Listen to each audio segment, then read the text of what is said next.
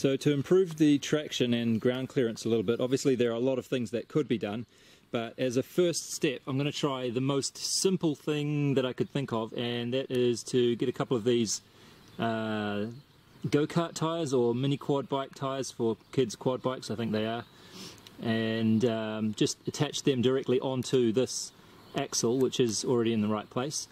And these wheels are a little bit larger, so they're not going to change the position or the pitch of the chair too much, and that should improve things quite a bit traction wise, because they are at least twice as wide as the original tyres, and as you can see they have a whole lot more traction on tread on them, because these original ones basically got nothing. So I think that'll help a lot. The ground clearance is only going to change by about 2 or 3 centimeters, unfortunately. I didn't think that I needed to go too much larger with these wheels. They should be okay, and eventually I'd like to have some on the front as well, so it would be sort of a four-wheel drive skid steer sort of arrangement, and get rid of this eventually. But for now, just going to take a small step at a time. So I found a couple of these on Trade Me, second hand, obviously, as you can see, very second hand, that one, but they should do the job fine. They're not leaking or anything. And they were $70 for the pair, so I thought that was reasonable. You can get these brand new for $75 for one. There's a place in Tauranga that sells them, and actually just recently they appeared on Trade Me. A place in Auckland is now selling them a pair like this for $110, so that's probably what I'll get next, just to keep everything kind of looking the same. So to get them on there is not quite as straightforward as I'd hoped, because these have a 3-lug arrangement like that, and the chair has a 4-lug arrangement like this, slightly smaller diameter of bolt positions as well. So I contacted my friend Morris in Hamilton, who does the water jet cutting. He's the guy that made the plates for my CNC machine earlier this year, and I sent him some designs and he cut these for me. This may not have been the smartest way to do it.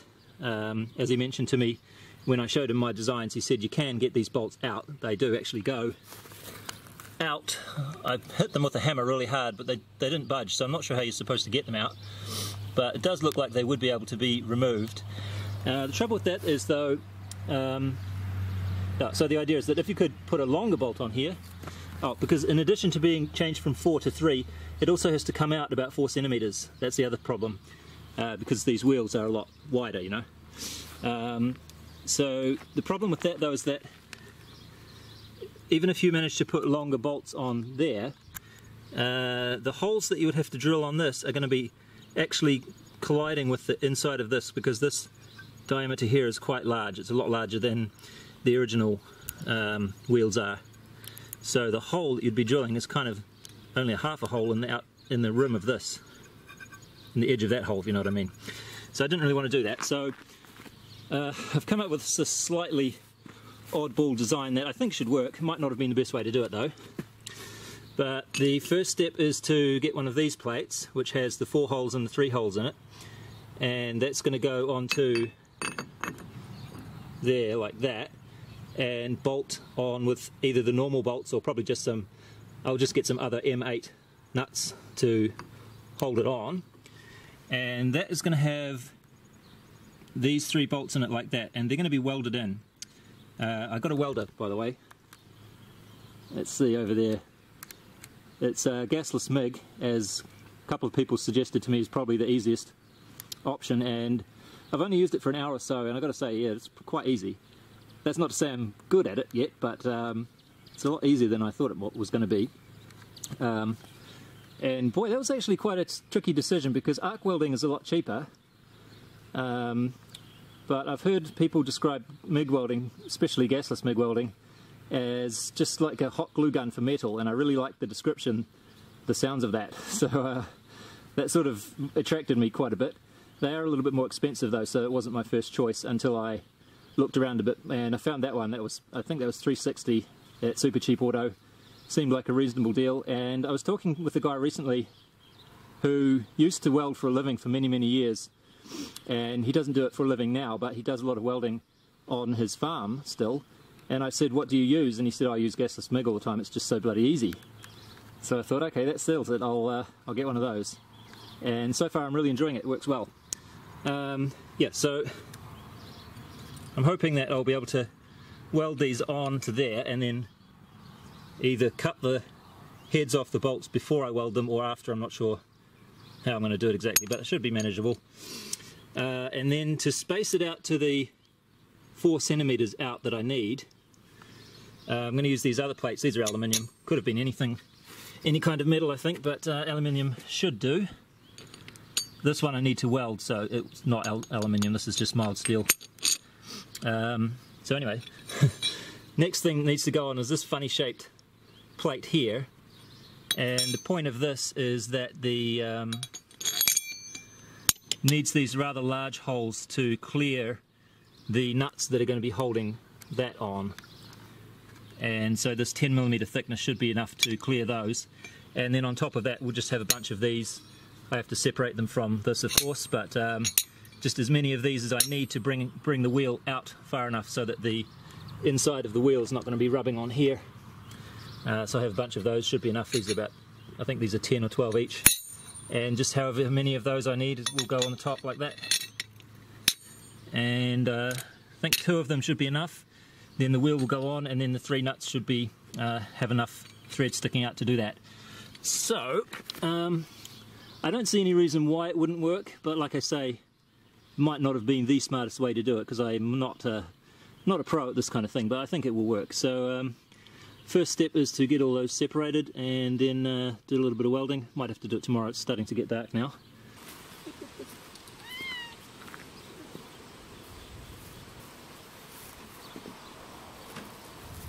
Excuse me.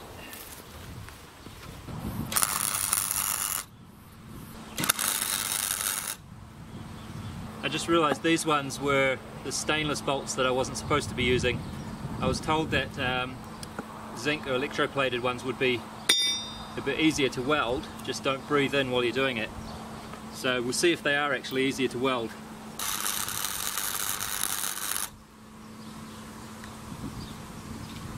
Yeah, they are.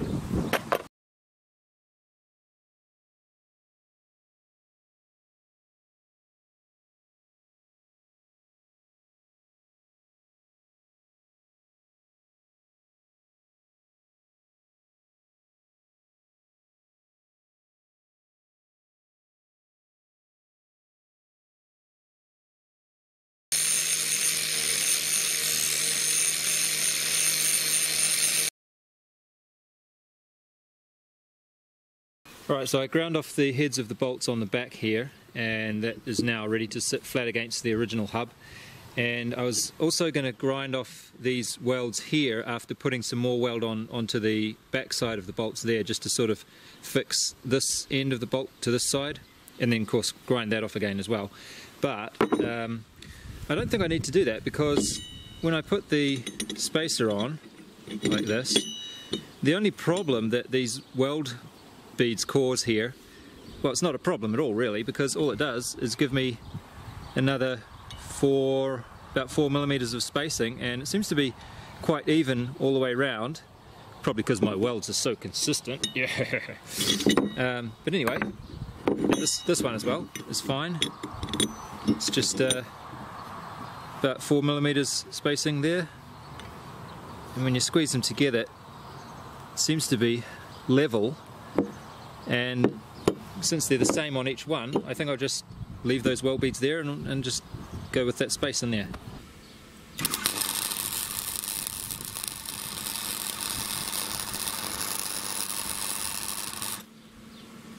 Okay, there's the pieces finished. They're not the flashiest looking in the world, but they should do the job. This one turned out pretty good. So usually you can just sort of slide this up and down fairly well. And this one is not very good actually. It'll get on there, but it's not straight. Oh, requires a bit of persuasion. Oh, actually it seems to be improving. But anyway, it's good enough.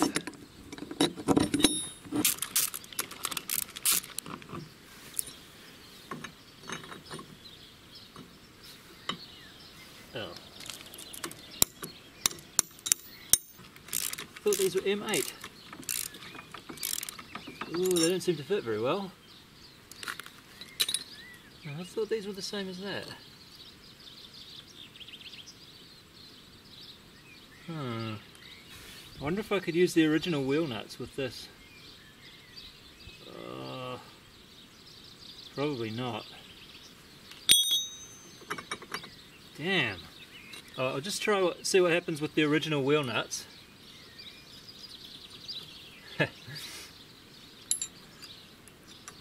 Because they are the right thread at least. And no, I don't think this is going to work because it needs to clear this piece.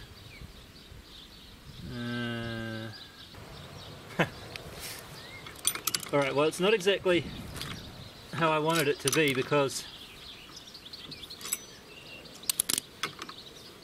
it's pretty close. I guess perhaps I didn't explain that very well there, but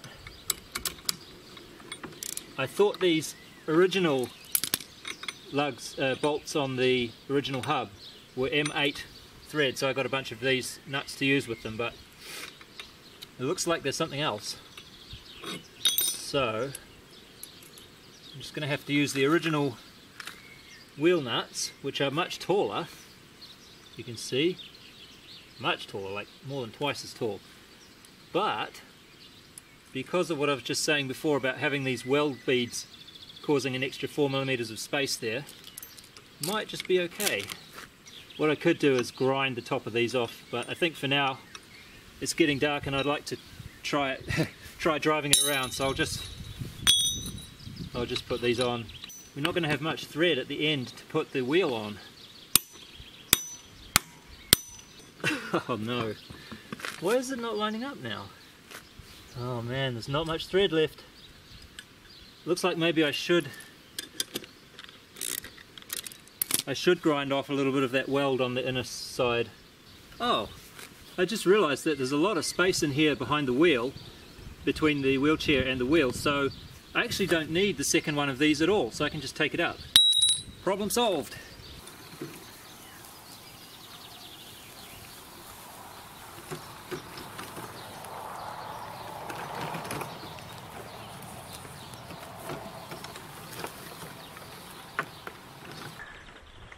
Now it looks a bit more like it belongs on a farm, doesn't it? Looks like a little tractor. I need some semi-challenging terrain. Can't be too steep though because the batteries are going to slip out the back. There's supposed to be a steel plate bolted onto here that goes around and under. It will stop these from slipping out the back. See, it's just sitting there. So I can't be too aggressive with it, unfortunately. This bump here, it got me stuck last time, and I think it still might get me stuck because it's a problem of ground clearance, this one. Ah, look at that! So now we have a pretty decent ground clearance by the looks of it. I didn't think it was going to change that much, but looks like it's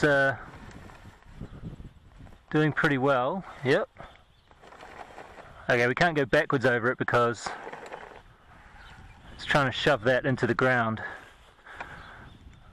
Maybe if I drive it a little bit more carefully, we can get over it. Okay, well that's an improvement. And I'm sure on wet and slippery ground these wheels will be way, way better than the other ones.